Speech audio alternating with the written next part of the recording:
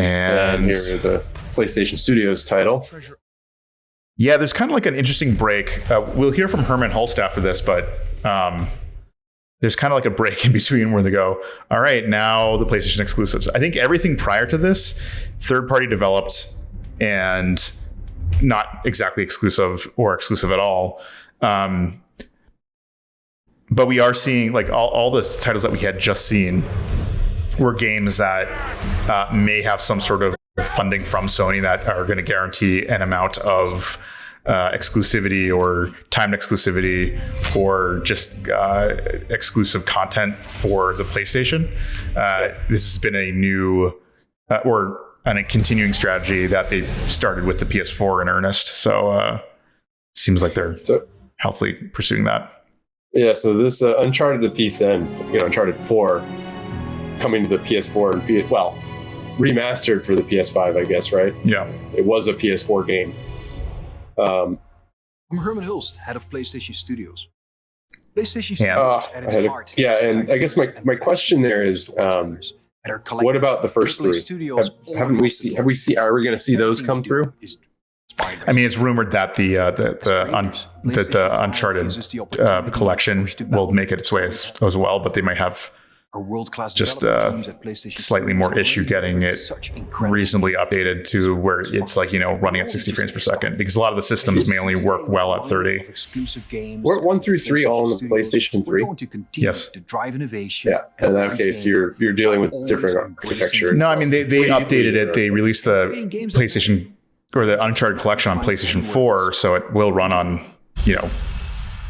on the x86 architecture. Just my guess is that getting it to run at 60 frames per second is a problem. Yeah, there's probably a lot of architectural stuff to deal with. This was a surprise. When I saw, I almost knew immediately what this was going to be, or at least the character. Yeah, no, same thing. As soon as I saw this, I'm like, oh, yeah. Yeah. This right here, I was like, okay, I know what this is. But I think the surprise is that Insomniac has the bandwidth to take on a totally new title. I thought, like, to myself, I was thinking, oh man, this is what they're doing after Miles Morales. Got it. Yeah. But we'll see later that it's not all. Just ruin it for people. Jesus, right? Eric. If they do a treatment to Wolverine like they did for Spiderman, I'm so here for that. That scene almost felt to me ripped right out of Logan, right? Yeah. Movie Logan. What I can only imagine is that because Insomniac's proven to be able to scale well, that Sony's like, okay, your model is working well. Here's more money to scale it up gradually. And now they probably have the bandwidth to take probably people who are, artists and whatever else that may be done with the concepting of their next game and pushing that towards the concepting work of this Wolverine game. Because start building a pipeline. Yeah, of like, okay, now we're moving our concept in visual artists and the alpha engine development team over to this now that we have a mature engine. This right here, this music in this trailer is a very weird choice to me. It's I think it was the music that was used for the trailer for GTA 3 redone. You mean GT3? GT3. Sorry, Gran Turismo 3, redone in organ music. Yeah, because this to me it felt, given the shift here that happens. There's an old game for the PlayStation 1 where there was a level in the game that opens with a very similar organ-based tune, as in actually a classic song, and then it switches after an intro into like almost a techno-y song. Yeah. So I was like, are they calling it to that? Makes no sense to do so unless someone was a huge fan of that concept. Yeah. And what you just said makes a lot more sense to me, is that it was a callback to a previous. Yep. Previous GT game trailer that was shown at E3, I believe. For those interested in the game I'm talking about, it was Battle Arena Toshinden 2. Oh, yeah.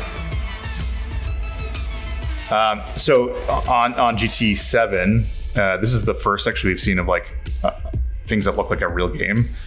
They showed it off previously, but they only showed like racing around. Yeah, or the like in the garage. Yeah, they were trying to highlight some of the ray tracing effects. Right. But now we actually get to see what the game is running like, looking like a near final game. And ray tracing appears to be alive and well. It's hard to tell if it's happening in the gameplay itself, but there's a couple points where I'd sort of pause this, and ray trace lighting is certainly happening, at least in the replays of a recorded lap. So what do you think of the stuff they showed earlier, where they're like you take your car and you put it in a like out in front of a house in the woods? It's been part of GT games for multiple iterations. Like a photo mode. Yeah, exactly. Because it's just like, look how much time we spent on making this photorealistic. Now enjoy taking photos. Cool part is you get to export it as wallpapers. So that is cool. Yeah. This. Yes, this is what boggles my mind, is that Insomniac is able to work on finishing up a Spider-Man sequel. Yeah. Have you played Miles Morales yet? I haven't, not yet. I will get around to it, but you got to do it. It's really, really good. Yeah. Well, what I'm curious about is how they're going to handle 2-player. Like the fact that I was really hoping that they do 2-player. I would love to do a multiplayer version of this where each of you are different Spider-Mans. What's hard to figure out here is listening to the trailer. You have like this Eastern European accent. So my guess is that the main threat is either Craven or Morbius, excuse me. But then we get that. Right.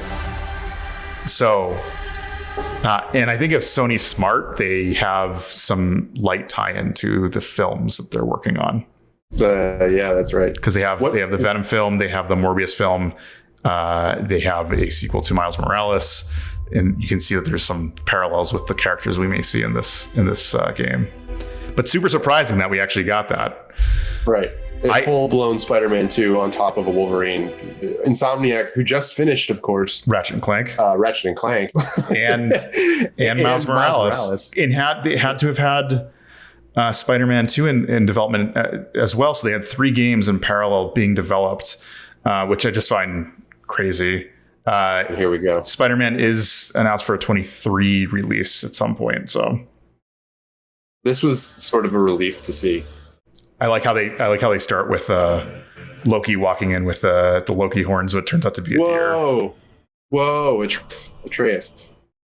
No, he's still in this. Yeah, well, ruin it for those who haven't seen it. Who haven't played what? God of War? Yeah. Because the end of God of War, they perfectly say he's Loki. Yes. So if you didn't play God of War, I am sorry for ruining it for you, but what took you so long? Fair. The only thing I'll say, it looks a bit disappointing here, is that this is at least quasi confirmed that this is a PS5, PS4 title, but visually, graphically, it looks amazing, but it doesn't look like a huge leap over the PS4 game. The PS4 one, yeah. Which looks amazing. That scene in here with all the detail on that ground there. Yeah, I think we're getting is just like high resolution textures and high resolution rendering, like probably, dynamic 4K at 3060, that sort of thing that we've been getting with a lot of the cross generation games. Looks like we may be getting that here too, but given that this is a new title though, and that's going to be in development for a while with the PS5 at mature level of hardware, it's possible that they'll be able to develop it so that they can have more it's feature switches. I don't think it's in development for much longer. It was originally supposed to be a 21 release, which clearly it was not going to be the case. But this is either late 22, I guess, or a early 23 release. So yeah. Nearly done. Also, given the amount that they're showing, it appears that this is in beta. right? Like you don't have this sort of fidelity and polish of this many scenes without it being in beta. So I would be willing to bet that this is going to be a summer or maybe early fall release. 22, yeah. This was a surprise. I had thought that, at least for me, it was a surprise. On the story end, I had thought Tyr was gone. Well, I mean, there's a couple things they're showing and hinting at. For one, Thor, which we didn't see, only as a statue. We did at the end of the last game. Yeah. With a voice. Well, some of them. I guess. So it's cool that we got a Thor, and they also mentioned Odin in this, and Tyr, the God of the Norse God of War. Norse God of War, yeah. This, yeah. So what do you think of it? I thought, it was, it was overall. I really enjoyed the games that they had to show. There were some, a lot of them had more gameplay than we're used to with a lot of first trailers, especially with like the God of War trailer, where the first one they actually show has tons of in-game footage and stuff that shows that it's like pretty far along, as you pointed out. And it was nice to see some of those bigger titles come out, as well as surprises like Wolverine, which, I would be very skeptical about normally. Even just the Marvel tag, you and I have talked at a previous showcase about Guardians of the Galaxy and our kind of hesitant excitement there. But here, with a studio like Insomniac attached, who have shown that they have a deep respect for the source material and put lots of love and care into all of the details of the game, to have a Wolverine story, a character as celebrated as Wolverine, get his own story is, hopefully the Insomniac treatment will continue and at the bar that they've set for themselves. If they deliver, oh boy. Yeah, what I find interesting is that it clearly shows that, well, I'll say this: Marvel as a production company, it is eager to take the Disney properties, and this actually includes Star Wars as well, and get them in the hands of game development, because I think they see the budget earnings potential behind expanding their properties into gaming. And they tried some experiments, which was the Marvel's Avengers game. They have a bunch of like sort of casual games that are coming out. And then they have like the Midnight Suns, which was shown at Gamescom this year, which is like a tactical Marvel game. But I think Marvel really wants to heavily lean on a developer to develop their properties, to rake in the cash, and to develop the properties that they have, in gaining like new audience and fans. Given the success of Spiderman and how well that went over, it's really exciting to see that they're working with Insomniac again to do a Wolverine story, which, I'm super excited about. We get so few Wolverine games, and the last one we got. Go ahead.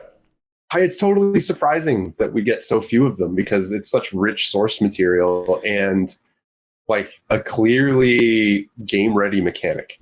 The last one we got was in line with Wolverine Origins, a terrible movie. But the game was actually decent. It was, I think, Activision published. The game was actually like not bad for a movie tie-in game. It had a lot of promise. It had cool things like the more damage you took, the more of his body, like his skeleton, was exposed, and then it would heal up over time. It's cool stuff like that. They had like stealth mechanics and just like the promise of like a really great game if someone picked it up, and no one ran with it afterwards. And I don't get it. I wonder who had if it was Marvel just holding the cards close to the chest and being like, let's not overdo it. Well, for a while, Marvel had done what it did with its movie studios, where it like sort of just shed off a bunch of its properties and gave them to people who are willing to develop it. Activision had the rights behind Spider-Man for like 10 years. And they also, I think they might have had even more because Wolverine was developed by Activision as well. So they might have been the holding the keys to all the Marvel properties. And that at some point lapsed. And they were able to go out and start, going to other developers, obviously with, IDOS or Square Enix IDOS. With the Guardians. With Guardians and also doing the Avengers game. Avengers wasn't so great, but the fact that they're taking a totally different approach with Guardians of the Galaxy, maybe it will be a better game. It certainly seems like it could be really fun, but there's just some hard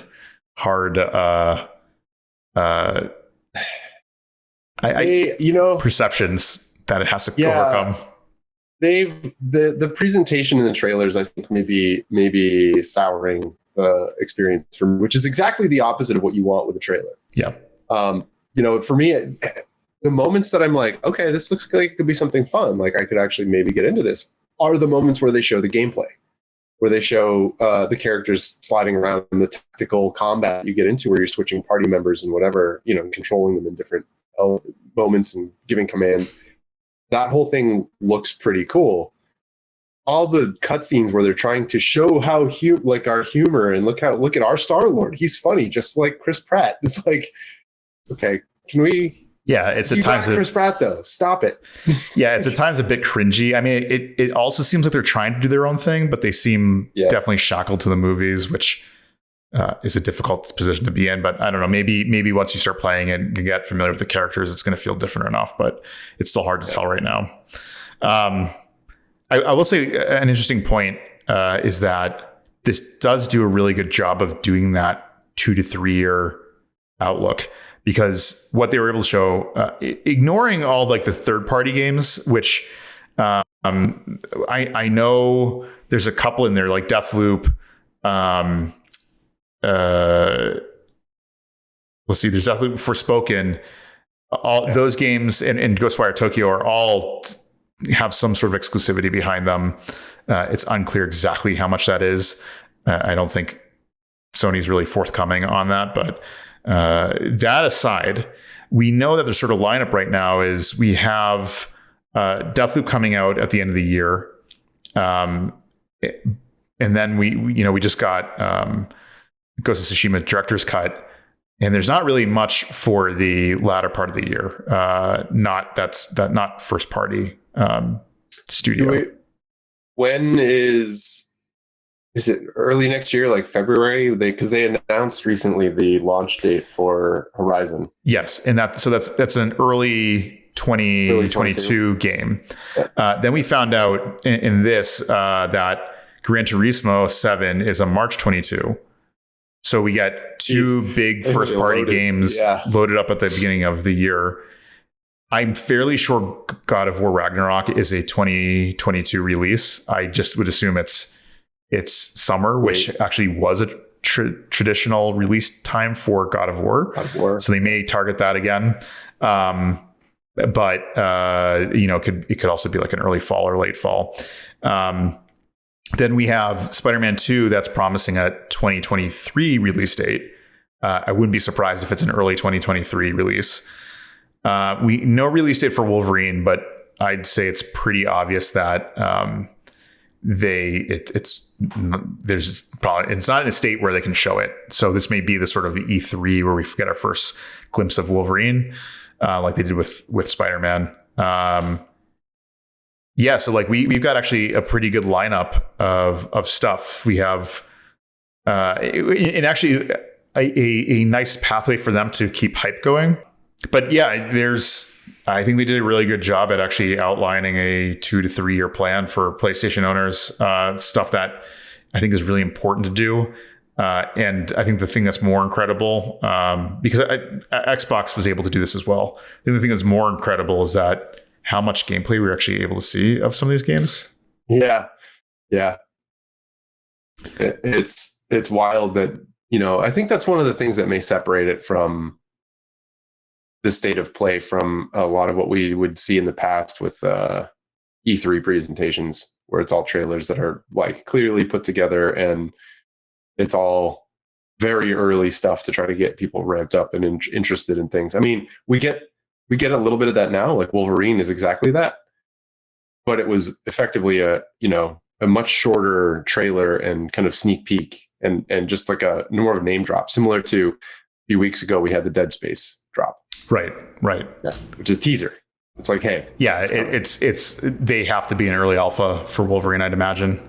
It's probably having their B team working on pre-production or early production work on Wolverine. So it's not going to be in a state of some sort of showcase for at least a year. But that goes in line with their sort of lineup, which is kind of neat. And it also includes the possibility of maybe a crossover. Like you could have Wolverine in the Spider-Man game and vice versa. Yeah, I was thinking that too. I was curious as well, like what other X-Men are we going to see? Or is this a part of the world where, I mean, Wolverine in some of the lore, as I understand it, because it, as with most fan favorite characters, the story has been retold about 1,000 times. What's cool about this and probably cool about whenever the Marvel Studios takes on the X-Men is that they're able to pick and choose and put back together a story that gets to look at 50 years of comic book storytelling and be like, here's an idealized version of this. And they did it in the comic books too. When they did the Ultimate series, they're like, let's retell it the way we want to, a modern retelling of it that condenses the storytelling of our characters for anybody who wants to jump on without having to read 50 years of comic books. So here's this. And, if Marvel's behind helping the story out and you have people as dedicated to Wolverine as they're dedicated to Spider-Man, I think it could be a really great, game. Yeah. Fingers crossed. That's exciting. That was the biggest surprise for me there for that one. Yeah. The pleasant surprise award for me will go to just like my own personal, like, oh, whoa, this looks great, was the Tiny Tina's Wonderland or whatever that was. That just looks like a ton of fun. I didn't get to play the other Borderlands with friends, and now with the PlayStation Plus subscription, I should be able to play. Hopefully, be able to play that. And I think I like the refreshing take that they took on Borderlands because the game needed it. Like the humor was there, and the self-referential humor plus like the pop culture references that they have in those games, taking it into the realm of like fantasy and old school D&D RPGs. Like there should be a lot of nerdy fun Easter eggs in that game. It looks like I watched that trailer a couple of times, and it looks as though there are 3 different kind of spaces that you play in. One is probably mostly story driven, and that is where you're at the table, right? That may be some of the context is you're at that the table. Or just framing device, who knows? Exactly. Yeah. And you have Tiny Tina in front of the DM screen, someone else, another character next to her, and you are also at this table and playing. Then there's you are yourself and you're running around shooting enemies. Great. Then there's this third space where it looks like you are a miniature, like that you move around. You have like the chibi headed, the big head characters that move between like little zones and maps. Yeah, that looks like a prime location for a lot of humor and like exactly the self-referential stuff that you mentioned, and not only like a refreshing space for storytelling, but also one where it could actually be kind of a fantastical cross sci-fi adventure that kind of brings something new to the genres. It has a very strong Double Fine vibe to it. It does, yes. It seriously which is a compliment because like that sort of wacky zaniness that they have, is brought to this. And honestly, it's probably going to bring me back to Borderlands when I was kind of thoroughly done with it after the second game. What's kind of interesting is there's still a handful of Sony studios that we have heard nothing from since the recent game. Naughty Dog, for one. There's a bunch of rumors, but we haven't seen anything from Naughty Dog since Last of Us 2. We know they're likely a split development team at this point, so there's going to be more than one development at the same time. There's probably another narrative-driven game that we don't know anything about, but rumors are that there's a space game. Yep. Wouldn't that be interesting? That's an area they have not touched yet. Sci-fi, which fascinating. Bit like a grounded sci-fi, which, I mean, honestly, if I trust any game studio to do a real emotional, yes, like Alien, not Alien like the action aspect of it, but like Alien in the humanizing part of it, and what it's like to be in a desolate, abandoned place like space, or like something like Ad Astra. Having Naughty Dog do a version of that would be awesome. But Sucker Punch, they finished up Ghost of Tsushima and the expansion. Yeah, Iki Island. So they're also a dual development group. So something else has been in development for at least a year. Then we have Team Asobi. They have their latest purchases. It looks like Sony's doing a good job at loading the chambers for a handful of or like an ongoing year after year exciting announcements from studios we love, studios that we have hopes for, and they're really, at least they're countering Microsoft in their purchase of Bethesda with a constant drumbeat of exciting first party studio releases over the next couple of years. They're building a pipeline for games, for AAA story-driven games, to rival that of Nintendo's Nintendo games. There's not really a good way to put it. At least the IP attachment, yeah, I'd say so. Yeah. Or just and also the teams, right? I mean, Nintendo's gameplay team, their game teams, even with their games that aren't the best games, they're still really good on balance. Right. Yeah, I guess when you're drawing the parallel, that makes games like Nintendo, but not Nintendo like games, story driven versions. I guess you're just they're creating the machine that rivals Nintendo's machine. That's right. And so with one of my point is that Nintendo, even in the dark days where you had the GameCube and the Wii, or no, the Wii they blew up, but in the GameCube days, starting with the N64, when all third-party studios were mostly focused on PlayStation and Xbox, Nintendo survived on the strength of their own games. And it looks like Sony has been building their teams so that they would be able to do that in the event that something like the 360 generation happens again, where they bleed off and lose the love and support of their third-party teams.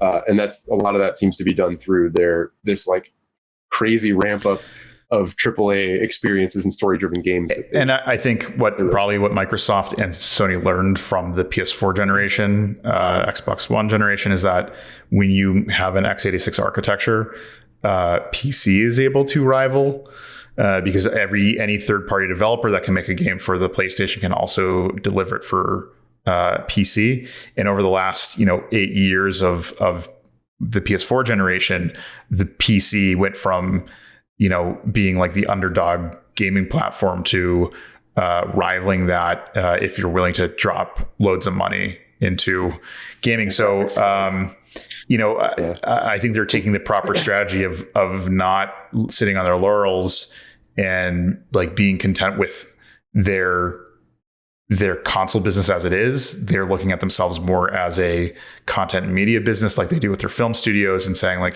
no, we have to become a studio that produces high quality content, and people will come for the content, not for the console.